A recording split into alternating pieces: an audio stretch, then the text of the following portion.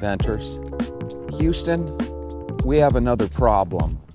Guys, H-Town is cursed. LA is cursed. San Francisco, cursed. Detroit, cursed. Philadelphia, cursed. Oh my goodness. And the problem is the legal system in these cities caters so much to the bad guy that it makes you want to vomit. Ugh! Ugh! So the other day I told you guys that I would love it if some reporters started keeping these judges and holding them accountable. And I think we might have found our man. Fox 26, Randy Wallace has a series called Breaking Bonds. So just like that, Randy Wallace, you've become my favorite news guy in all of the country. He shared a conversation he recently had with Andy Kahn from Crime Stoppers about a repeat offender named Sedarian Thompson. Sedarian Thompson has a lengthy record, involving gun violence. But 232nd criminal court judge Josh Hill seems to keep giving Sedarian Thompson multiple breaks. Way to go, Josh. Check this out. Back in 2012, a 31-year-old Sedarian Thompson was sentenced to 8 years in prison for multiple violent home invasions involving a gun.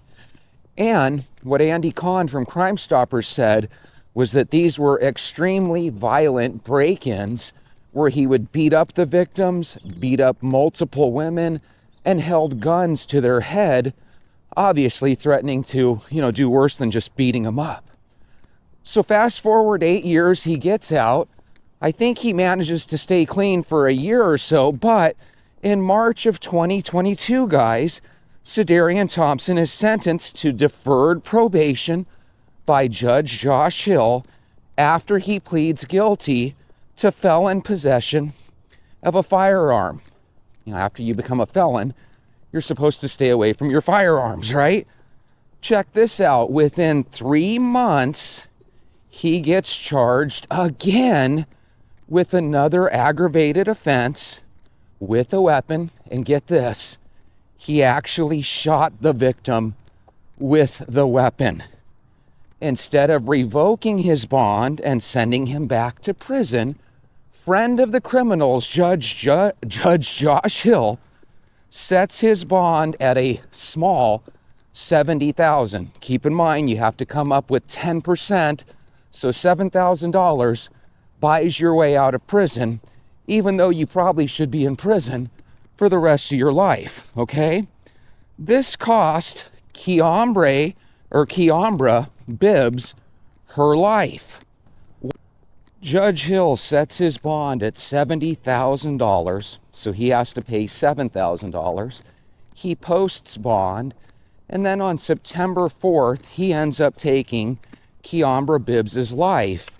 He dumps her body into a garage at a medical center building.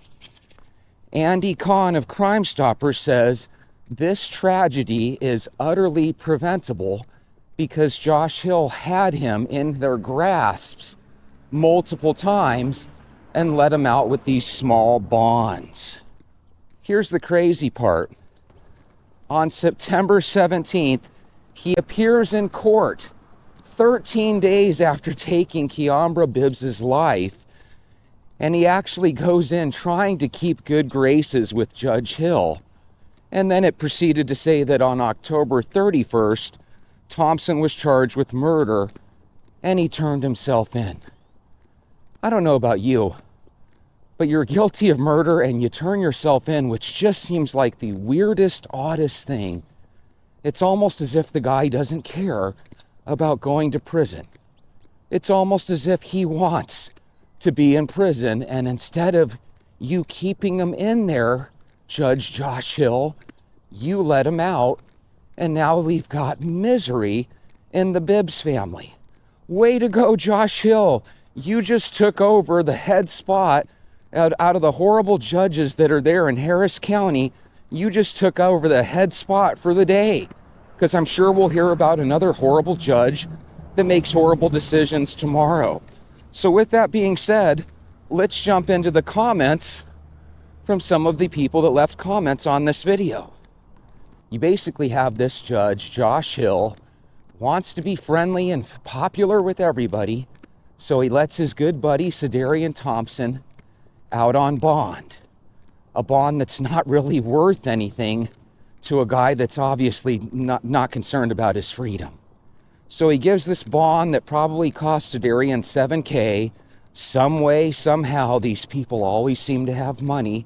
He does go into homes and invade. For all we know, he could have tens of thousands of dollars just stashed away, right? Ready for these moments. And instead of throwing this guy in prison, when he literally just shot somebody, you let him out on bond, and now Kiambra Bibbs is gone. Now I can picture Kiambra's family suing the court system, and I could picture them actually winning multiple millions of dollars. So Josh Hill, not only are you not helping the people of Houston, I think you deserve to be in that jail right next to your boy, Sedarian Thompson. Why don't we set it up where you guys can be cellmates, and then you guys can actually become a family together, just you and him. See if you guys can have babies together. At Cecil Fuentes 5435 says, you all do know it's the prosecutors that make these deal with the inmates. They offer the probation, he takes the deal, then the judge signs it. You know, that might be true, Cecil, but here's the thing. I've seen judges where they don't accept the plea deal. We just saw that recently with a famous court case. I forget it off the top of my head. Maybe you guys can remind me. But judges don't have to accept that plea deal. They're not bounded to it by any means. And when you have the ability to set bond, guys, there's no reason why you can't set bond at $5 million. So instead of 7,000, you have to come up with 500,000. Why not make it impossible for the obvious bad guy to get out of a pickle, to get out of a situation? And when you have a bad guy that has done not one, not two, but apparently multiple bad things involving victims, God, Josh Hill, you did about as worse a job, about the worst possible job that you could do. And then for people out there to sit there and protect you, Josh, 70,000? Would you still go with that amount today after we're able to judge your loss?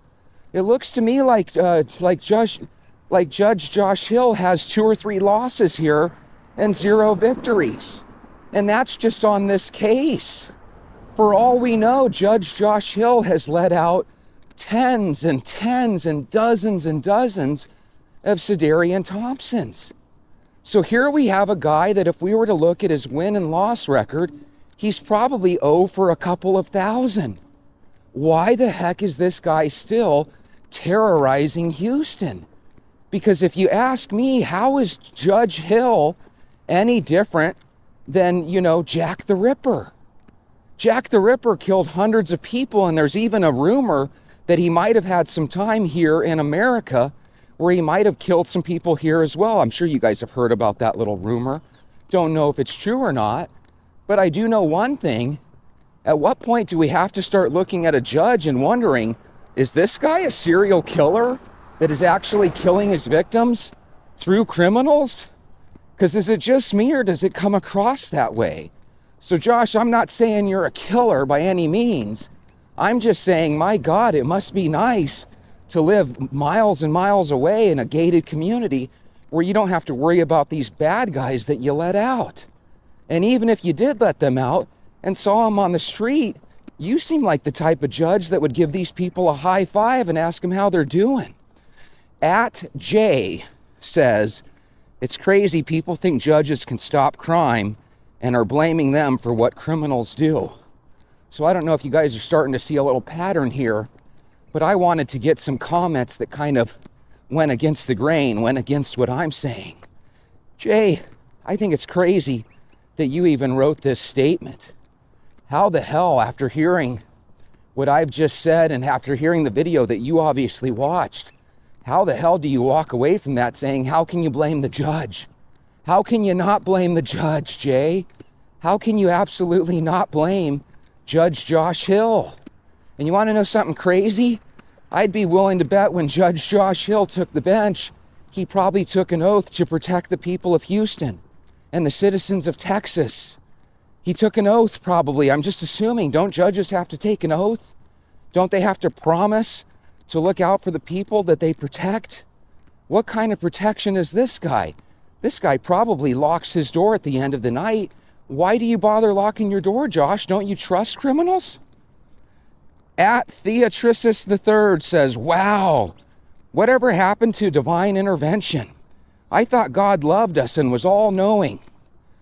Theo, this is one of those questions that goes back to free will, okay? Imagine if you had an argument with a human being, but you wanted to take their lives, but literally you weren't allowed to because something in your wiring just wouldn't let you, right? Now, I can argue all day that that type of wiring and thinking is inside of me, but it's one of those things that you still have to choose to do good. We live in a world where people can choose to do bad. And the problem with these judges and with these criminals is that when you let this horrible stuff slide, what you're really doing is you're hurting people's faith. People start to blame not you, Judge Hill, not Sedarian Thompson, the criminal and the killer. They start to blame God, and they start to lose their faith. God gives us free will. That means you have the ability to go out and do good or bad. What kind of God would make it where we were just robotic automatons forced to do good? The world would be a really bizarre world, wouldn't it?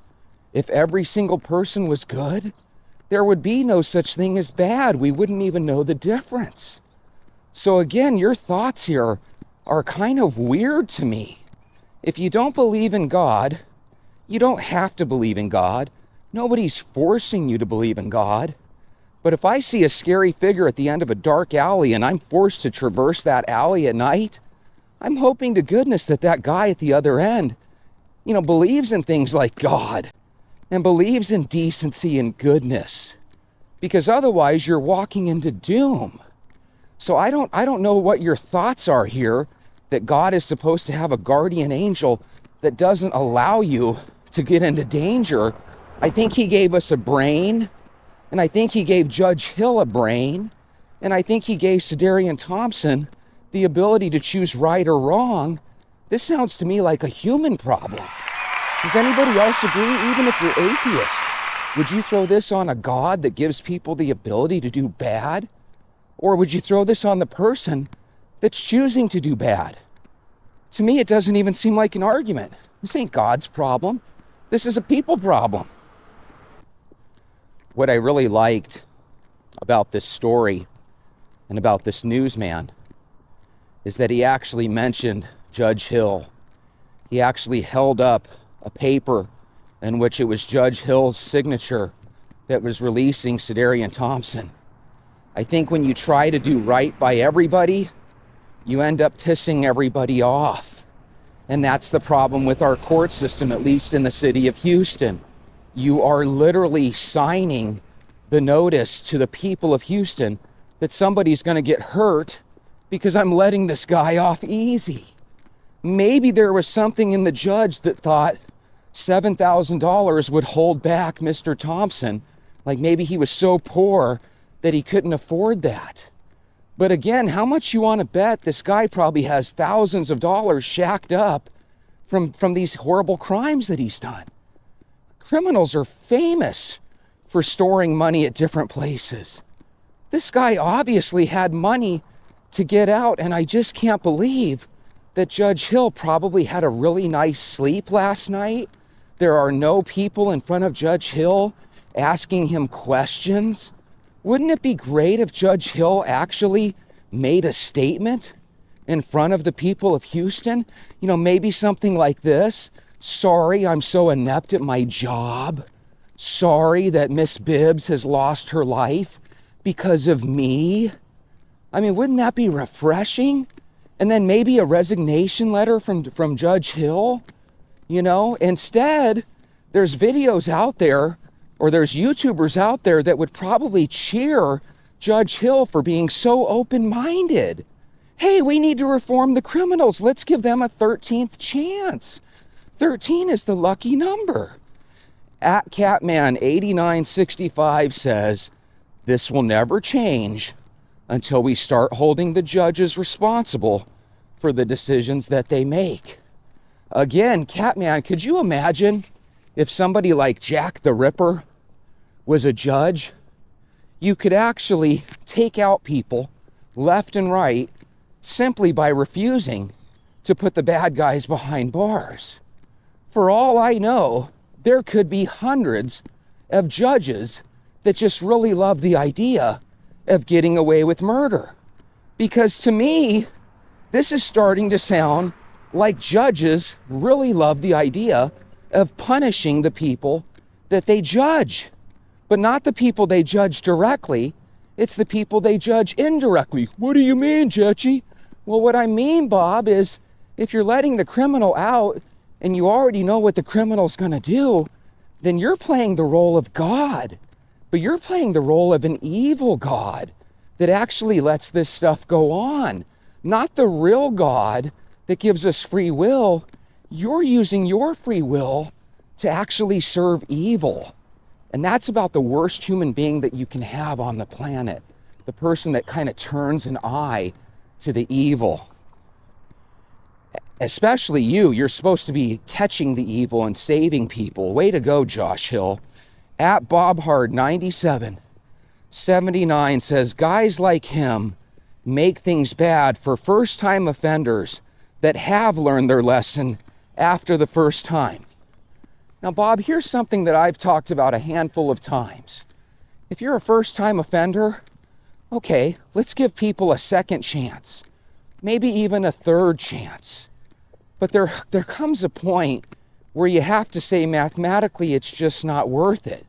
Now, Bob, you might be that one guy in 1,000 that actually committed a heinous crime, that learned their lesson. But Bob, that wouldn't be good enough for me. If I were the judge, I wouldn't give you a second chance, and if I did, it would be expensive and hardcore. Sounds to me like you need a judge like Judge Hill. Judge Hill is not good for you, the criminal, because you, the criminal, 9 times out of 10, are still going to do the wrong choice. You're of sound mind today. You're in good decision-making mode today. But based on your past, especially if you're a hardcore offensive type criminal that, deals with guns, weapons, and violence, you have already shown that your brain reaches a point where it snaps and you go over the deep end. Now, again, I don't know your situation. I see what you're saying, right? That there are people out there that want to change. But if the change is 5 or 10% out of 100, I'm not willing to take that gamble. I'm a gambling person. I like to go gamble on things. If I gamble on something, I want to gamble on something where I have a chance to win. This is a bet that's a fool's bet. Everybody loses all the time. So I agree with what you're saying, that guys like this make it bad for the people that want to change. But you got to show me some more people that want to change. I don't know if you guys remember this. There was a gentleman on the Joe Rogan show. And when he was in prison, he went through the process of becoming an attorney. And when he was on the Joe Rogan show, and keep in mind, Joe Rogan's pretty liberal, or at least he used to be. And they were kind of excited that he was a success story about how you can go into the penal system and you can become a lawyer and you can get out of the penal system and really do good stuff. And then I found out a couple of months ago that that guy ended up killing somebody and now he's headed back to prison. So it was all a big sham. If you have one of these hearts and one of these minds where your goal is nobody's going to disrespect me, I'm going to play the role of God, I'm going to take out people, well, I don't want to see your face in public ever again. So again, if you're one of these guys that's out, Bob, use this as a guide to change your ways. But if all we're doing is waiting for people like yourself to explode again, man, I'm ready to throw the judges in jail. I really am. I'm probably the only guy whose channel is turning into the judges are bad. But I want you to think about something. A lot of people can sit here and talk about crime and the criminals. If you really break it down, that's not what I'm doing. I'm calling the judges and the parole boards. And earlier, the one person said the prosecutors take the plea deal, right? Or they offer up the plea deal. This goes back to the sheriff, the police, the judges, the parole boards, the defense attorneys, the prosecutors. It's like they're all working in cahoots to make Houston money at the expense of the victims of Houston. So I don't understand this at all. I don't understand why Josh Hill isn't in front of cameras explaining his actions. Why aren't reporters looking into all of Judge Hill's decisions? Because if we think that this Sedarian Thompson is a one-off and he's the only F-up that Judge Hill has done, I think we're all mistaken. Right now, there's probably dozens of Sedarian Thompsons that the judge has already put back on the street. And if you think those are all reformed angels that are looking to do well in life, I think you're crazy. 95% of them are going to find their way back into prison. Why do we delay their want to go back in there? Why don't we just keep them in there? It makes no sense to me. So anyway, if you guys would put a comment down below. To me, what this tells me is there's a spot in this country known as Houston, Texas, where you are literally risking your life just being out and about in the city. Every single day, this city alone has anywhere from 3 to 10 murder stories that make YouTube. Every single day. And then you're telling me that murders went down? Bullshit. They did not. How many murders just haven't been discovered or solved yet? You know, that's another problem when you have homeless numbers that are getting out of control. When homeless people get exterminated, does it even make the news? Do we even find out about it right away? It would seem to me that there's probably hundreds of places throughout Texas where you could probably hide a body. To me, this is just crazy. So that would be a good movie. And maybe somebody should make that movie, right? Maybe it's a Lifetime movie. Maybe it's an actual, brick and mortar at the movie theater type movie. But what if we did have a judge that was a serial killer that find a way to kill people without ever pulling a trigger or meeting his victims? That would be a judge in these criminal courts. And I think you could find the perfect person to make a movie out of, probably in Harris County, with these Houston court judges. You guys, on a scale of 1 to 10, are like a 2 at best. You guys are literally part of the problem. And I'm just going to say it. You're actually a bigger problem than the criminals.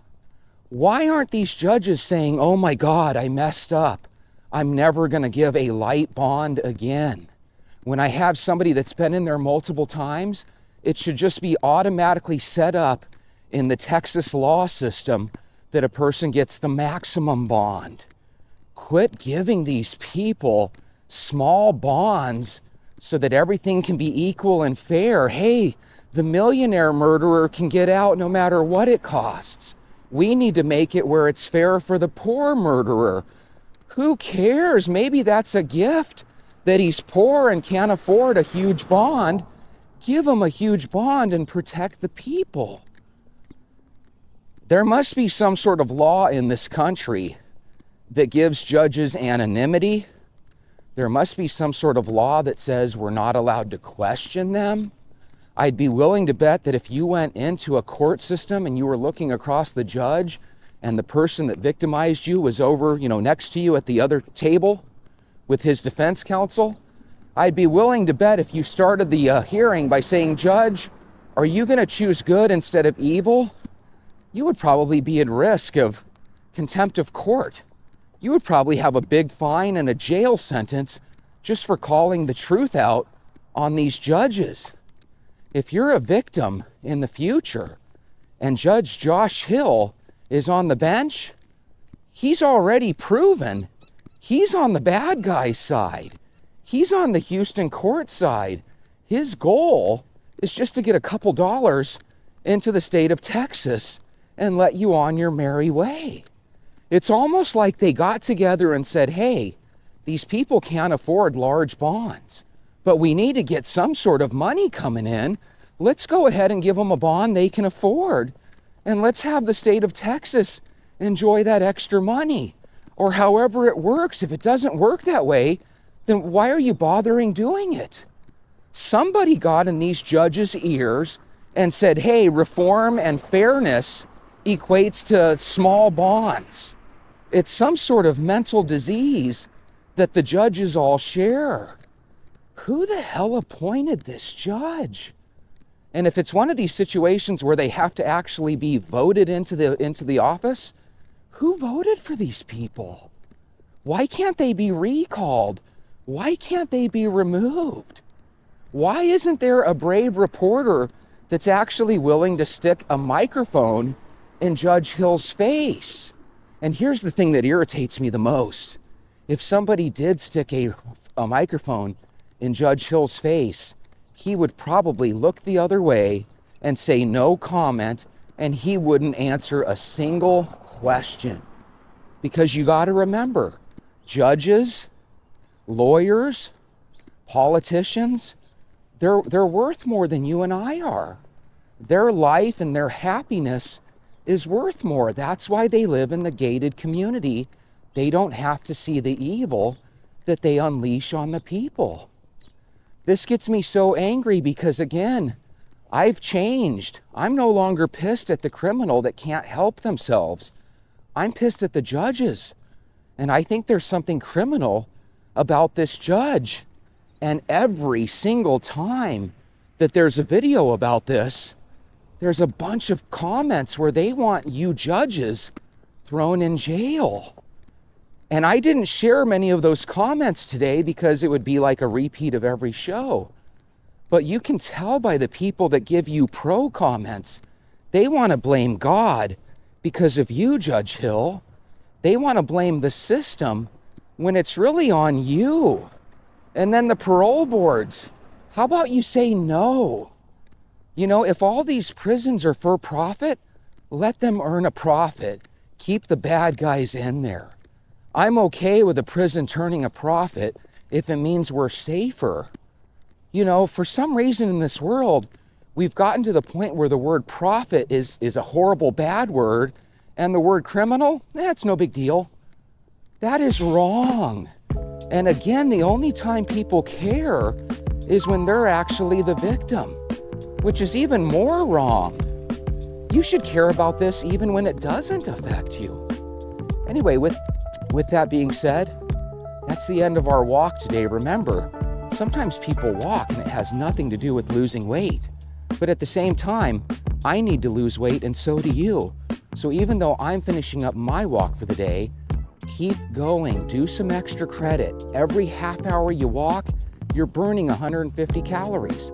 Have a good walk. I'll see you tomorrow.